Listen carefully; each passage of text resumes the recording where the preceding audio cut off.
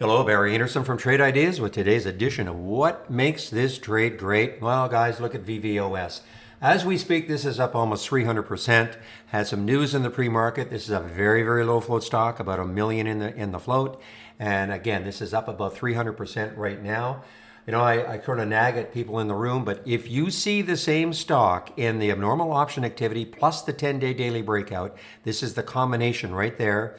And look at VVOS, and most of these actually moved from the initial alert. Look at VVOS, 1044, you had an alert. The price was 12.85. You know, it's 17.19 right now, but it did get up to $20. Interestingly, I have an alert set for this one, probably just over 18 something. If this takes out 18 later on in the day, that could get it flying again, and I'm going to be definitely watching this one. But this appeared on so many of our scans all day long, and you know, who knows what it's going to do tomorrow, but right now, awesome. It had some news, something about sleep apnea, but it doesn't really matter what the news is. I mean, the reaction is what happened. 36 million shares traded with about a million in the float. All right, everybody, want to get back into the room. Have a great evening, and we'll see you tomorrow.